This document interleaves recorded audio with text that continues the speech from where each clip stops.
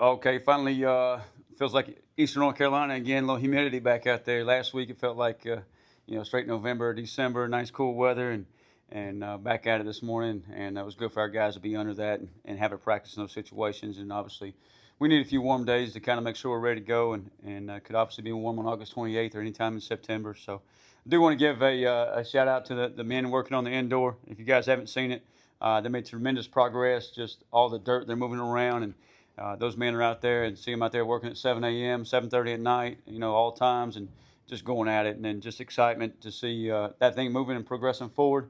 Sometimes things you don't really get too excited about them until they start moving along, and that's certainly moving along. And I'm sure this fall we'll see some structures going up. But excited about that. Practice wise, I didn't think we had the best day yesterday. I thought the energy was much better today. Got a little chippy on both sides, but I'll take that. I told the guys we want to play with edge. We want to play the game the right way. Obviously, we can't take it over the line, but we want to play the game the right way. Didn't we think we had that in practice yesterday? We picked it up a little bit today. Still got a long ways to go. We'll get a really good work day in tomorrow with some situational football. Thursday, we'll slow it down just a tad. And then Friday, go at it one more time before we end camp here. So that's kind of where we're at for the week and kind of the outlook of the week moving forward. Coach, you kind of hit on it, but it felt like the urgency. You almost feel maybe it's just you on the mic. I don't know. But, how much are you enjoying that? Could you feel the urgency kind of pick up with your staff? I told Coach Shankweiler if we had our practice field was a little bit more isolated, I'd be on that mic a little bit more, and the players probably wouldn't like it. But no, I thought that just everything we do, it's human nature. If you're not pressing forward just to kind of ease back, that's coaches, that's staff, that's players. I mean, anytime we think we can just, and it's in our personal lives. Hey, we're just trying to get to the weekend so we can go enjoy the weekend. I had an elementary school teacher tell me one time, if you're only excited about the weekend, you're going to miss 5/7 of your life. You're going to miss every day of the week. We can't let that happen. If we're not attacking every day with urgency, intent, and purpose, our opponent is, and they're getting better, and we're getting worse. You don't stay the same. So I thought the urgency and intent was much better today than it was yesterday, and it's even got to go up, and we can't let it slide back. I told our coaches it's 4th and 1, and this is probably the toughest week we got. It's week 3 of camp. It's day, I don't know, 14 or so, 15 practice, whatever it is, and you can have a little slide. But we got to keep our foot on the gas. It's got to treat it like 4th and 1, and we still got to go at it. And I thought they did a much better job of that today, and I think we'll do a good job of that tomorrow. What's you seen improve the most from day one to now, the fall camp? There's several things, and I think those receivers doing a really good job catching the football out there. Those running backs are showing you they got some depth. The O line, you've seen a little leadership there. The defense seems to have a little bit more urgency today and intent than they did a few days ago. And I think we got to find ways to play to our strengths too, on both sides of the football, and making sure we're putting those guys in a position where it plays their strengths and they can be successful. So some of that you learn there in camp of like, hey, what you can and can't do, and what's going to be your best calls, and who you got to put in situations to make plays. So those are all things I think we're moving in the right direction. And as that countdown clock in there keeps rolling, and don't ever stop. I think we're 16 days away, and that thing just keeps going. So and I think we're buying more time. So we better push forward and keep pressing. When it comes to solidifying travel squad and depth charts, that's something you guys as a staff after this weekend. What are you already planning on that? Yeah, you're starting to kind of hone in on some special teams. It's not 4 deep on a certain kickoff team. You're kind of getting down at the guys you think might travel. So you kind of have some, your top spots kind of pretty much solidified, but you got some at the bottom of the roster of guys that may not make the travel squad. And I told them, yesterday there's two things. Like one, you better realize everybody does not travel, and we got some guys out there I don't think they do realize it because their urgency isn't quite there yet, and they better get with it, or they're going to be sitting at the house and watching it on TV instead of being in the stadium and getting to be a part of it.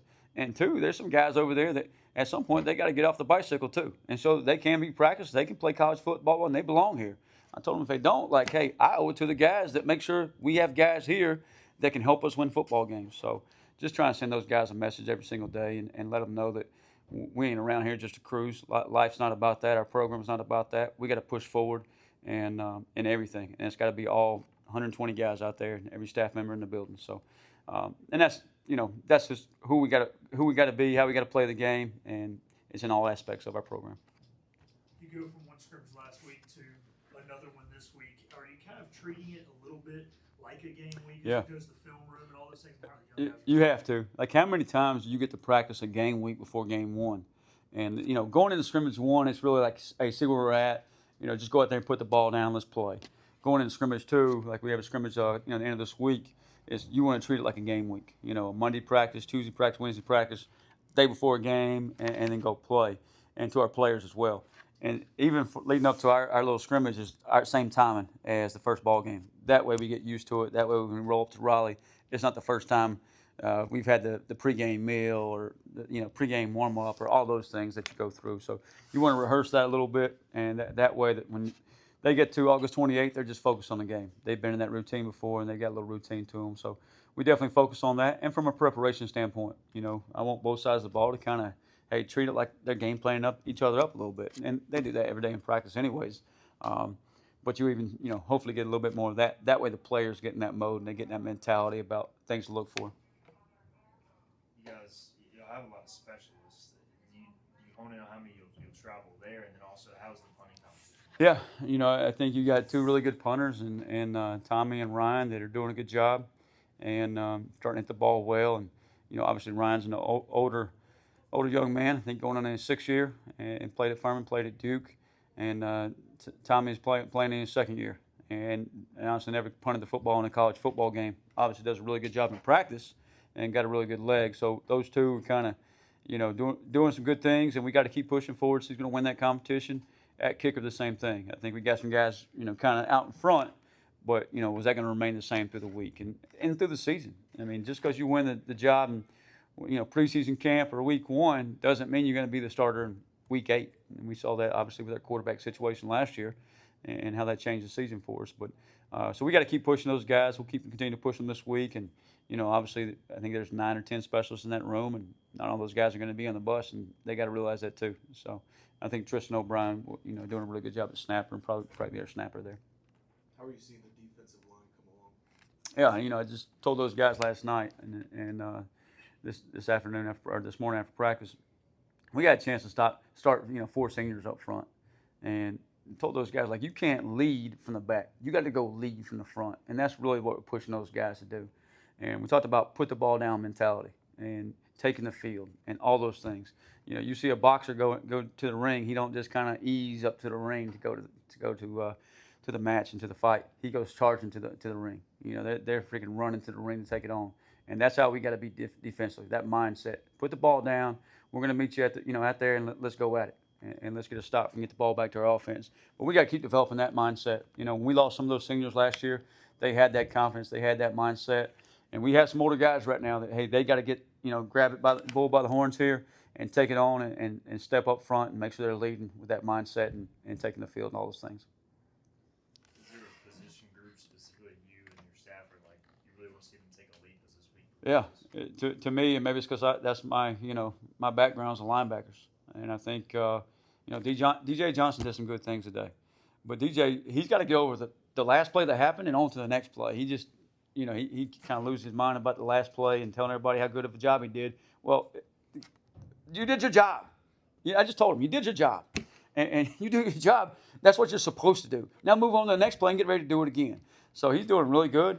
But we got to develop that mindset as us as coaches, but that's the position I see that's got to take the biggest leap this week. If they'll do that, I'll feel a lot better about where we are defensively, and we'll keep pushing them. And some of that's my background, and that's who I coached for the last probably a dozen years, and where it stands out the most to me.